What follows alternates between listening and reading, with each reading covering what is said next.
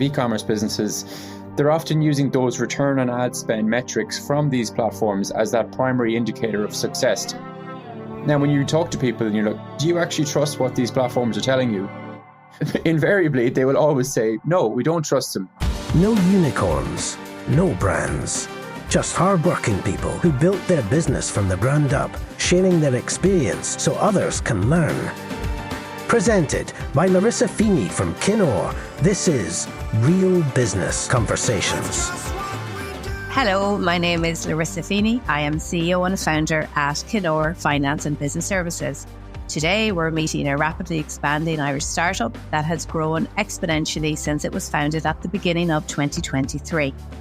Based in the e-commerce space, we'll find out how they are revolutionizing online business with the use of AI and how, through angel investors, they have rapidly expanded into 15 countries with plans to take on more staff. It's a pleasure to welcome co-founder of Store Hero, Thomas Gleeson. Hi, Thomas. It's great to have you. Hey, Larissa. Thanks very, very much for having me on today. Really looking forward to getting into it, kind of following up on the back of I think it was a webinar we did a couple of weeks ago. So really looking forward to getting into it today. It's great to have you. And thanks for joining us on that webinar as well.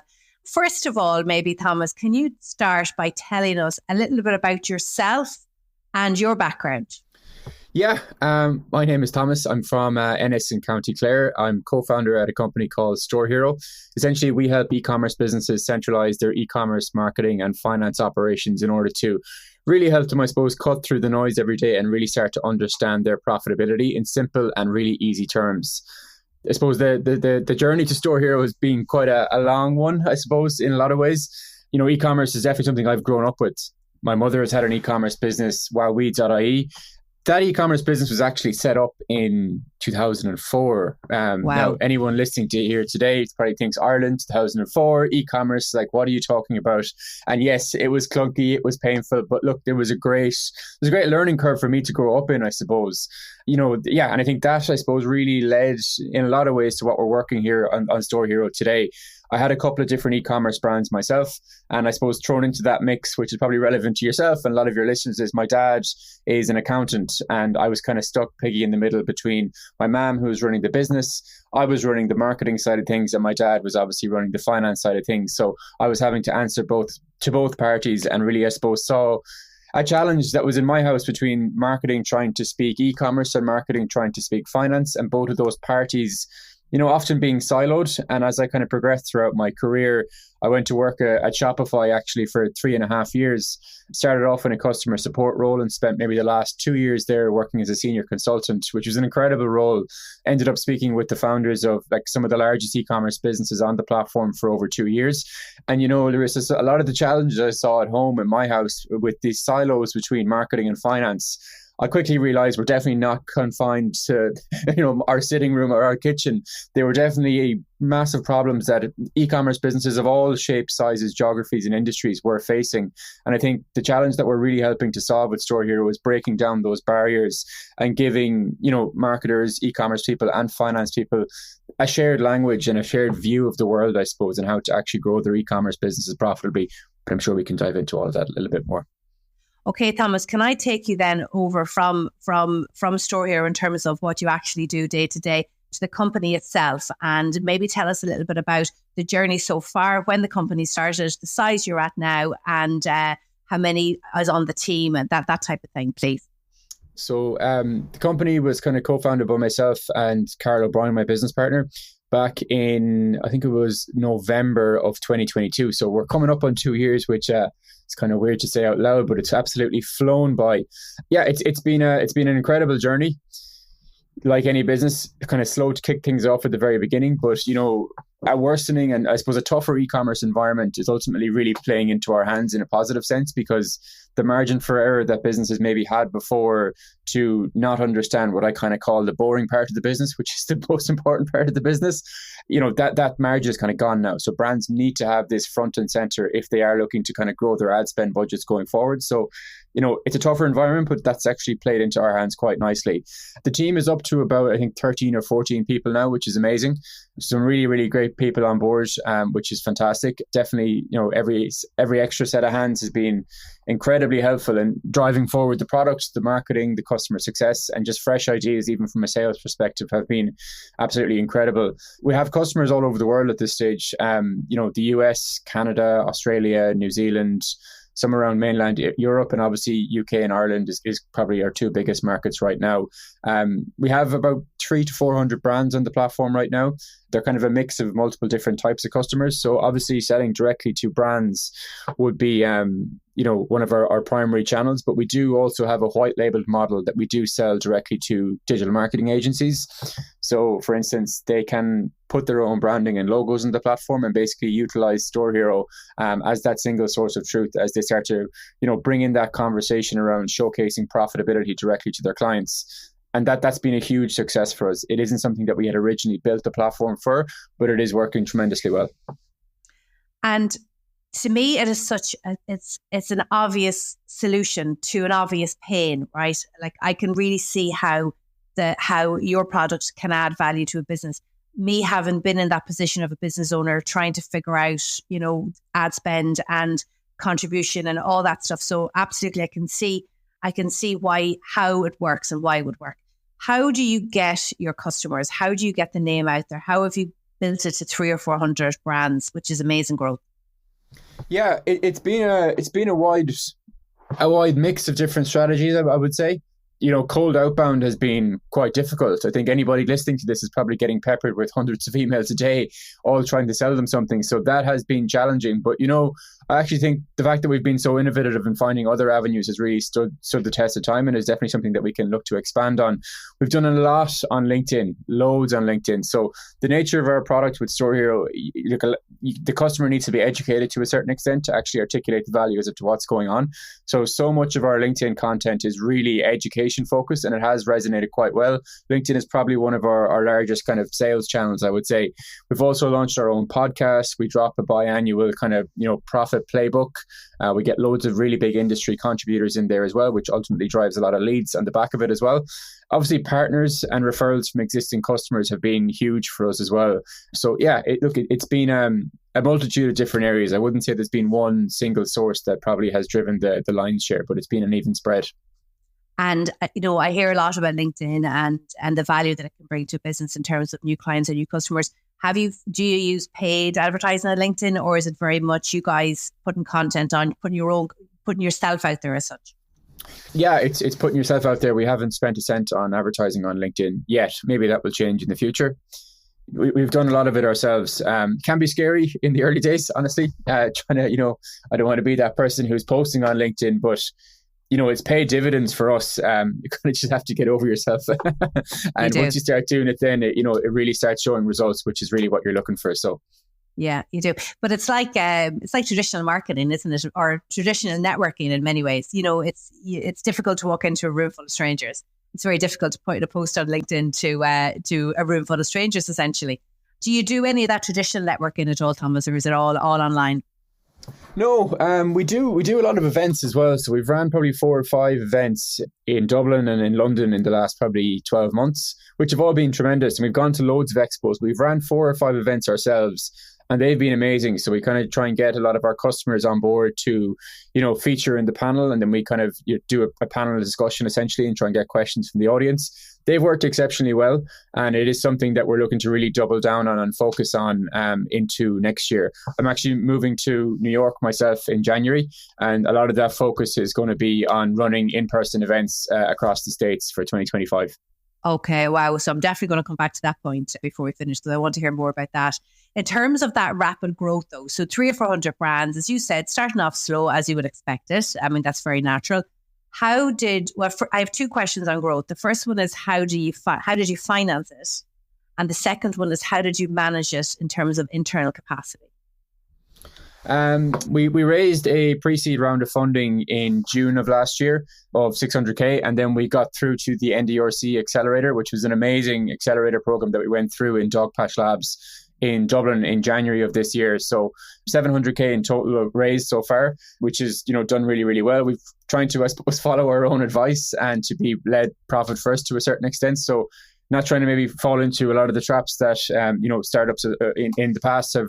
We're trying to be as frugal as possible, is basically what I'm trying to say, in terms of how we actually spend. every euro that we spend needs to deliver some kind of return, whether it's direct in product, marketing, customer success, or from a revenue perspective, obviously. So that's been our funding journey to date. In terms of managing the internal capacity, definitely a challenging one. And even I suppose these are maybe interlinked in terms of where we got customers as well. I managed to actually get on a really large e-commerce podcast in July or August of last year. It was called the Unofficial Shopify Podcast. And at the time, it was, our developers and myself and Carla were the only two people in the business who were not directly involved in developing the code. As soon as that product, we were fighting really hard at the time to get demos over the line, of no problem saying that.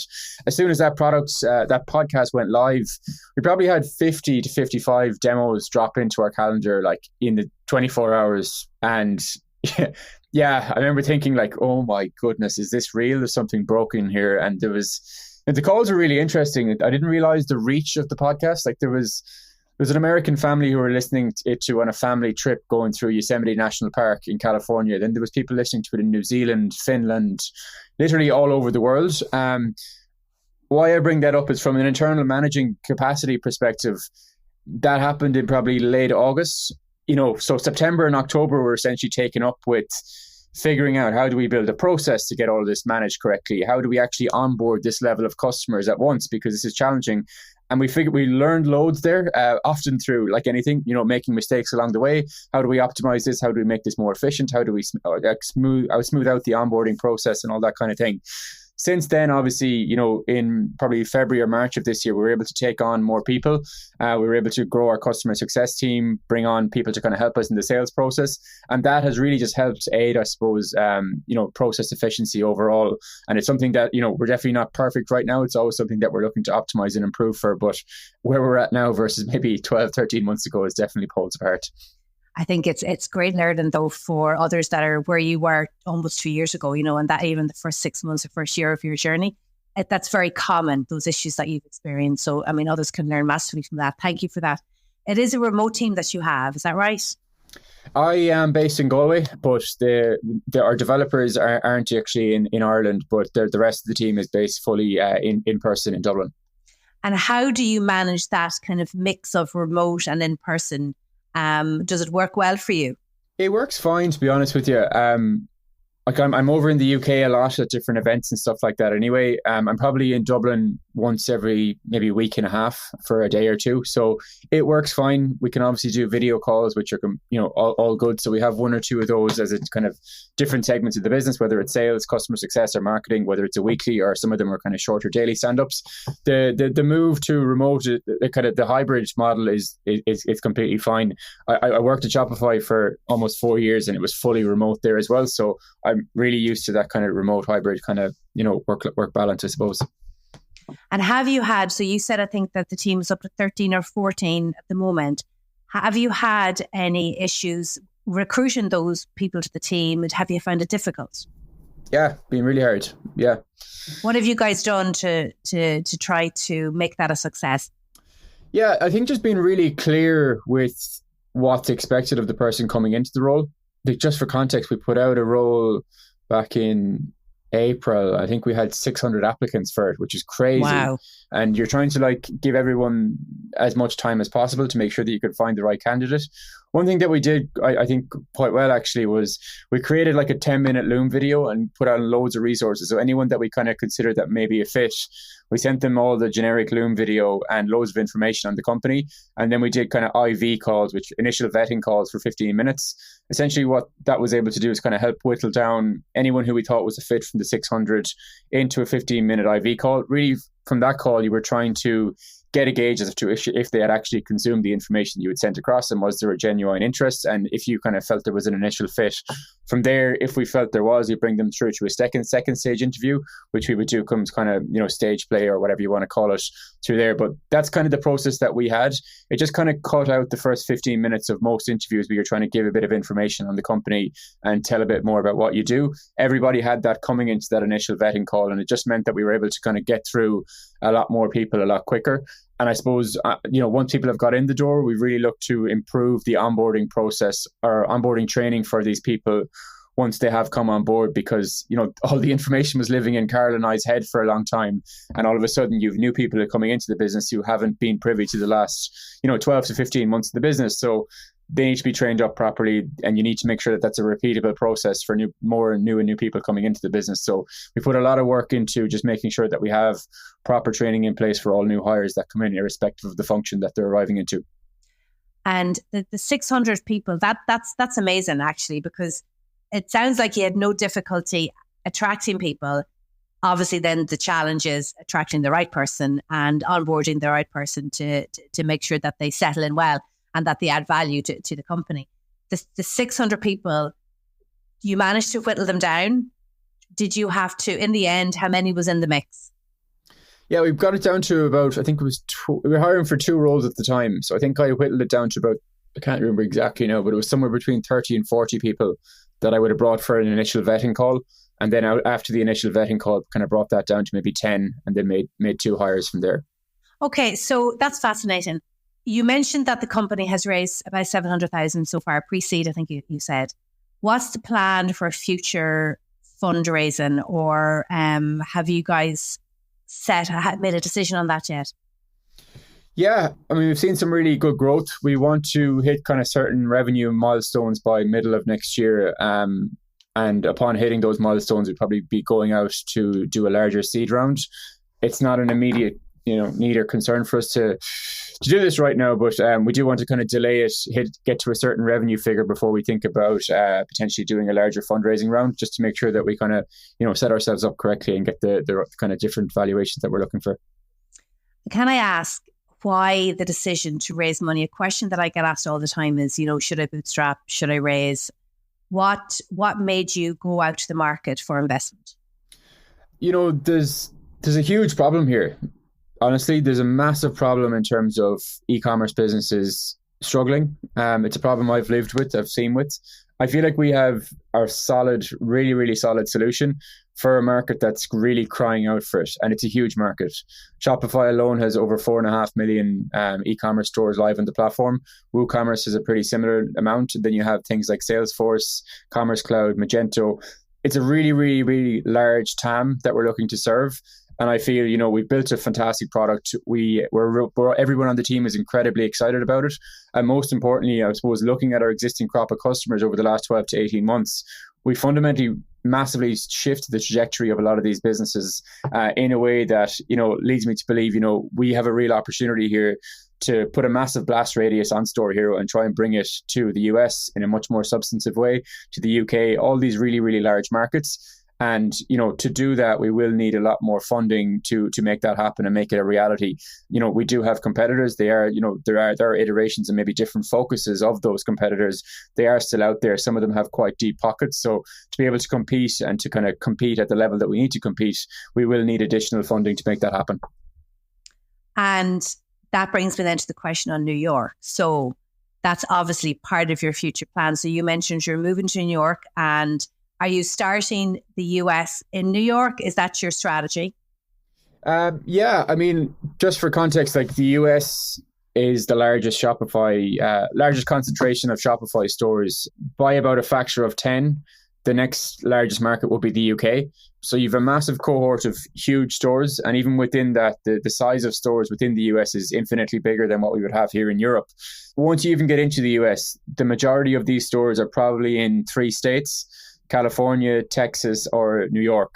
For me, I feel like I have the most connections in New York. It's where the majority of our current crop of US customers are based. It's where most of these events are happening.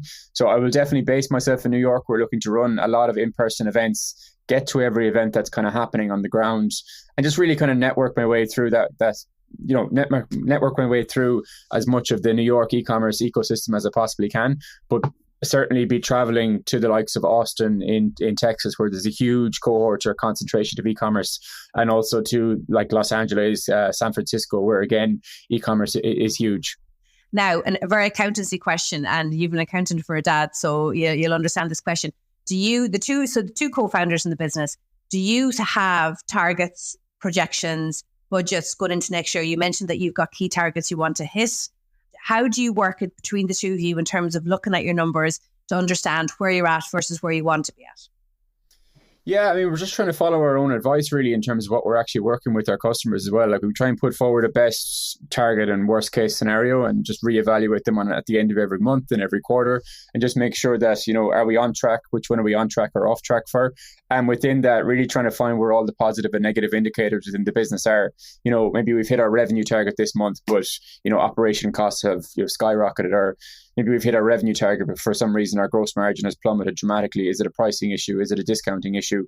There's so many different facets to it, but absolutely, we do have clear targets, cash flow forecasts, everything built out for the next probably 18 to 24 months. And it is something that we would look at on a monthly and quarterly basis and just, again, trying to dive into the detail and figure out, where are all those positive and negative indicators. And just instead of it just saying like, September was a great month, September was a terrible month, trying to break it down line by line of the business and say, what was actually good and bad within that month, because that will help us, double down on what's working and to do more of it, and also to kind of pull back or assess any potential problems that could be arising from a situation where things aren't going well.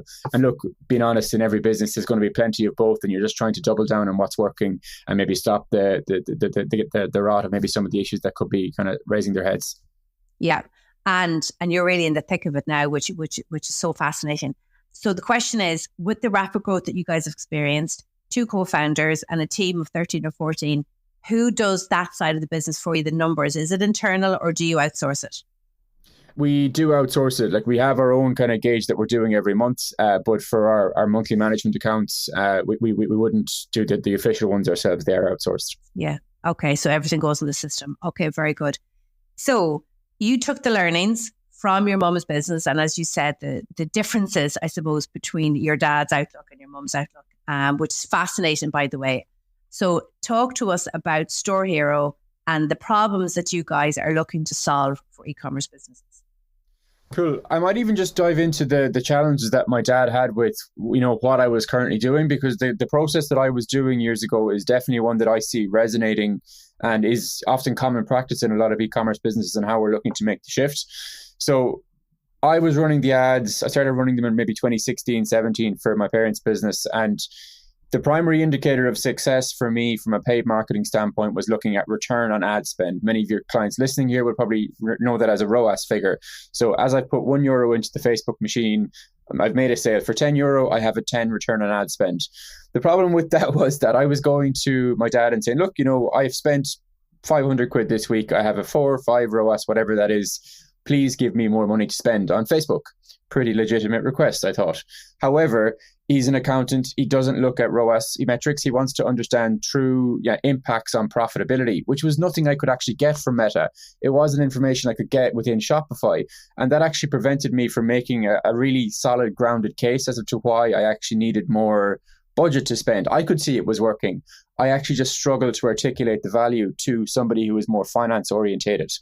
So that was a problem. So what I essentially had to do was build out really complex spreadsheets at the time where I would bring in all of the e-commerce information, all of the marketing information on a weekly basis, and most importantly, from his perspective, bringing in the vital costs to go along with fulfilling those orders and actually running the business in general. That's really formed the backbone of what we're building at Store Hero today. Sorry for interrupting. I was just going to ask you, because I understand completely, obviously being an accountant, I understand completely where your dad was coming from. And I've had that exact challenge in the business in the past, where the marketing team would give me numbers, just as you've described. And I've thought, okay, are they the right numbers? So I think any of the listeners who are listening to this podcast will really resonate with that. Because as a business owner, we have to, now your dad obviously knew to question you or to ask for more information. Where sometimes, a lot of the time, business owners aren't coming from a financial background. So they don't have the knowledge to ask. So they take what the marketing team gives them as been real. So the logic is, give me more money and I'll get you more revenue. But I think it's really important just to question that and to maybe to ask more. And your platform, as you've said, is set up to do just that. Yes, and the challenge with that is, like, if you are an e-commerce business, which a lot of people listening will be today, you are likely running ads on 2 different platforms, Meta and Google. Usually, in most cases, maybe you're on others as well, but they're the main 2. The challenge with running, ads on both of those platforms is, say, for instance, I'm running an ad for, these AirPods, and I click on the ad on Google, and then tomorrow I see it pop up on my Instagram feed, and I'm going to purchase it through that link. The challenge is Meta and Google are both going to claim that sale. So when we're looking at our return from both of these platforms, it's heavily inflated to a point in that a lot of businesses that we're working with will actually log into Meta and just ballpark, they'll have €100 attributed to Meta today and €100 attributed from Google.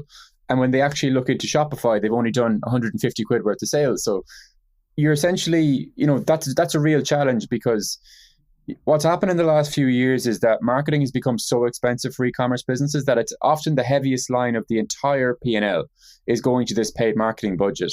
And when you dig into it with a lot of e-commerce businesses, they're often using those return on ad spend metrics from these platforms as that primary indicator of success, telling you if what you're doing on these platforms is worthwhile. Now, when you dig into that and you talk to people and you're like, and do you actually trust what these platforms are telling you? And invariably, they will always say, no, we don't trust them. There's definitely double attribution going on. So you're in this weird predicament where, marketing has grown as a line item in every e-commerce business across the board. It's a really large cost for e-commerce businesses.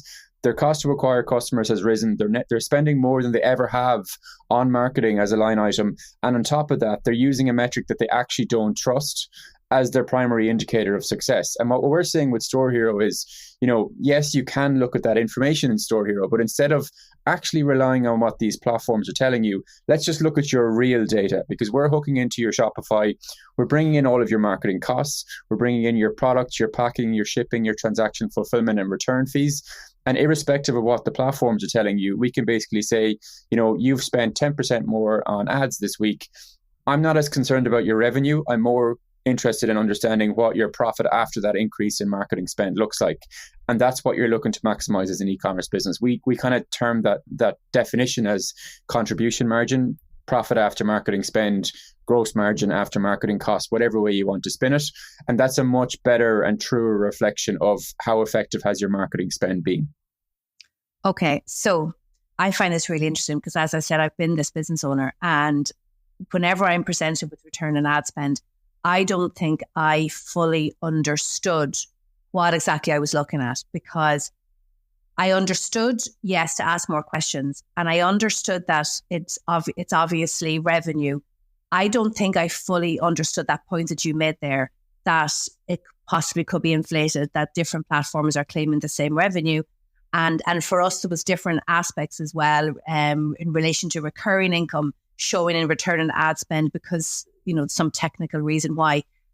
Is that typical of a business owner, that they're presented with information and they don't get it? And does your platform present it in a way that makes it easier for them to understand, do you think? Yeah, you mentioned a really interesting point earlier, in that you were speaking to marketers and they're asking for more money. You kind of get in a situation where the e-commerce business owner has outsourced their marketing to somebody who is really good at marketing. The problem is that, no more than accounting, no more than e-commerce, marketing has its own language. There's tons of acronyms, and the business owner is doing 101 things a day. They don't have time to get up to speed with what all of these acronyms mean. So they're typically in a place where they're just often trusting what the agency is saying without fundamentally understanding the nuances of everything that's actually been said to them. So we're trying to kind of flip that on its head and also just kind of speak to you in clear English. So when you log into the platform, we have this piece called a Spend Advisor, which is going to crunch the 4 main numbers that I see any e-commerce brand should be looking at every day. It's your net sales, your marketing spend, the efficiency of that spend, and essentially that contribution margin, profit after marketing spend. Depending on the fluctuations of those numbers, it will give you a clear indication of, like, if I look at last month, it might say, okay, your reduced marketing spend led to more profit. Assuming that profit maximization is the end goal of the business and not simply just revenue maximization, it will give you a clear indication as to what happened last week in English and maybe what you should do about it and the reasons for it. So instead of having you to understand what 50 different acronyms actually mean, the platform will speak clear English back to you and give you a clear framework as to maybe what you should do to improve your business that bit further as well. One other piece I think that you just touched on there, which was interesting, and I usually don't go into this, but just given the context of the domain expertise of this podcast, and I suppose the audience is primarily European or Irish based, another challenge with ROAS from an accounting standpoint is that, if you're looking at return on ad spend, the challenge with that is that we're comparing apples with pears. Now, you're probably saying, Thomas, what are you talking about? Explain that. So, if you are running Facebook ads and you spend €1 on a Facebook ad, if you got a bill from Facebook for that ad in the morning, it would be 123 because your VAT is added onto it. However, when you make a sale in Shopify you spent €1, you've generated a sale for €5, you're seeing a 5 ROAS in Facebook. However, that €5 that you've made a sale on in Shopify is fully inclusive of your VAT. So you're getting the double attribution happening from both platforms. And then because we're in the EU, sales tax works a little bit different in the States. Facebook purposefully, I feel, probably haven't made an effort to articulate this clearly. You're getting double attribution from multiple platforms, but then you're also getting multiple, inflations, I suppose, happening from the fact that you haven't properly considered the cost and a tax implication of your return on ad spend figures. So just all those things combined, just make it a really difficult metric to be confident on as you're looking to scale.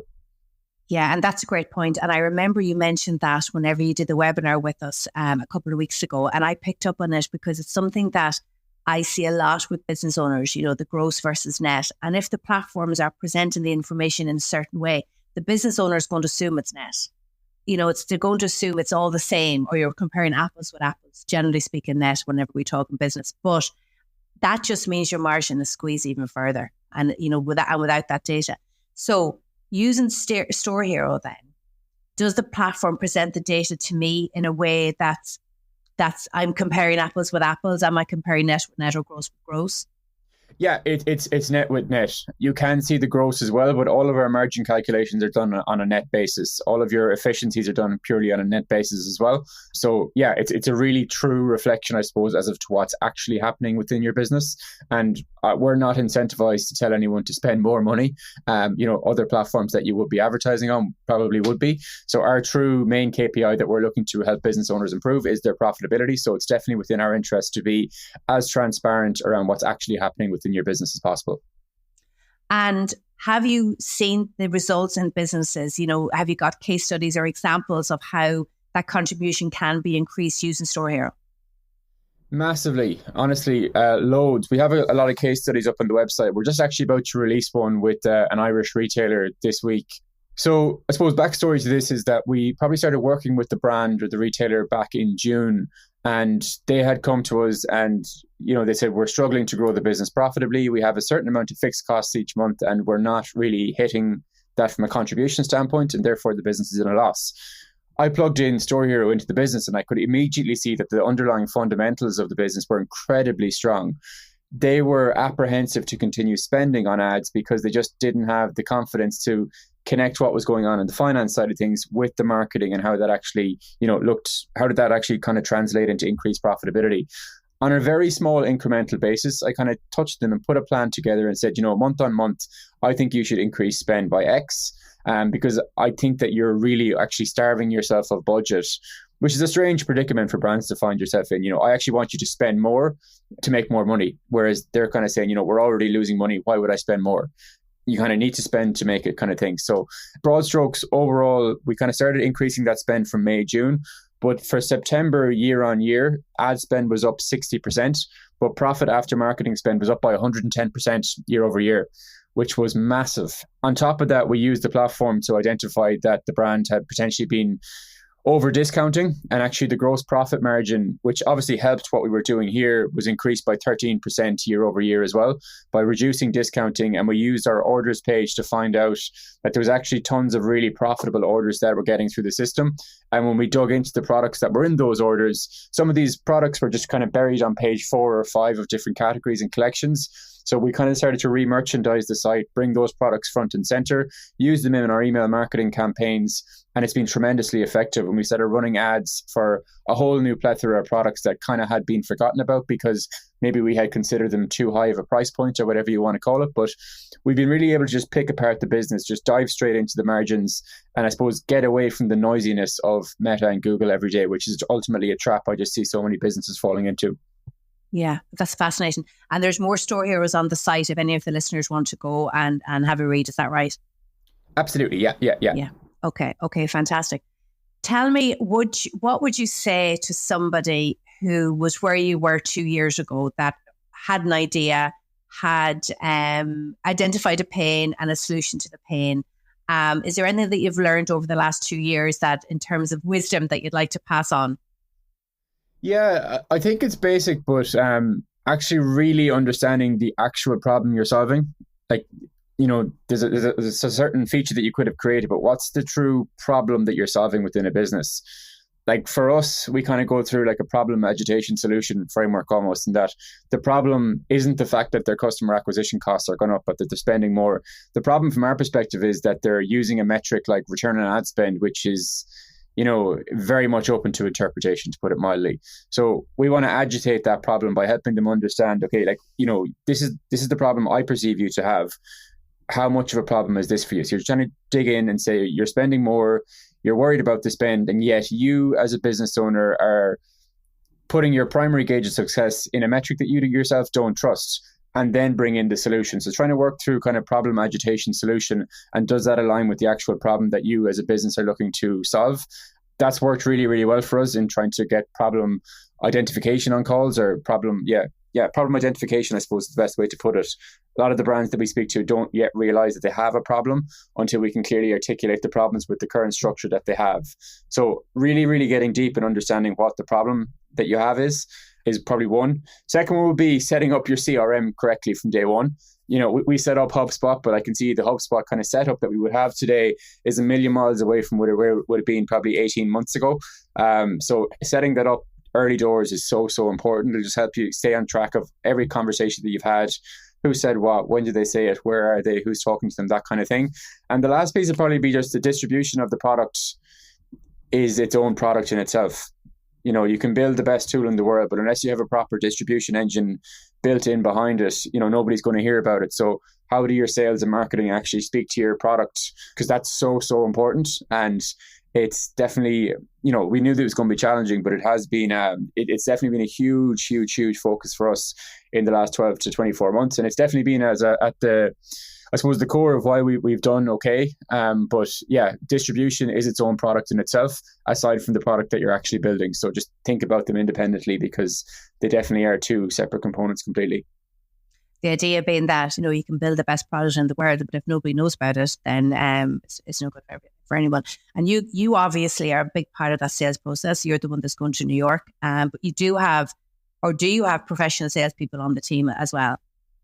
Yeah, we have a team of 3 business development reps who are kind of following up on, they are still doing cold outbound, but they're following up on the kind of demand-led outbound. So trying to identify where conversations are happening online that we can potentially get involved in, and also following up on a lot of the leads or engagement that's happening through the likes of our LinkedIn, through the likes of various, you know, events that we're running, webinars that we're running, webinars that we're presenting on, or podcasts that we're presenting on, that kind of thing. So basically just trying to follow up on any engagement that's happening within the Store Hero sphere or externally by a byproduct of us participating in external events.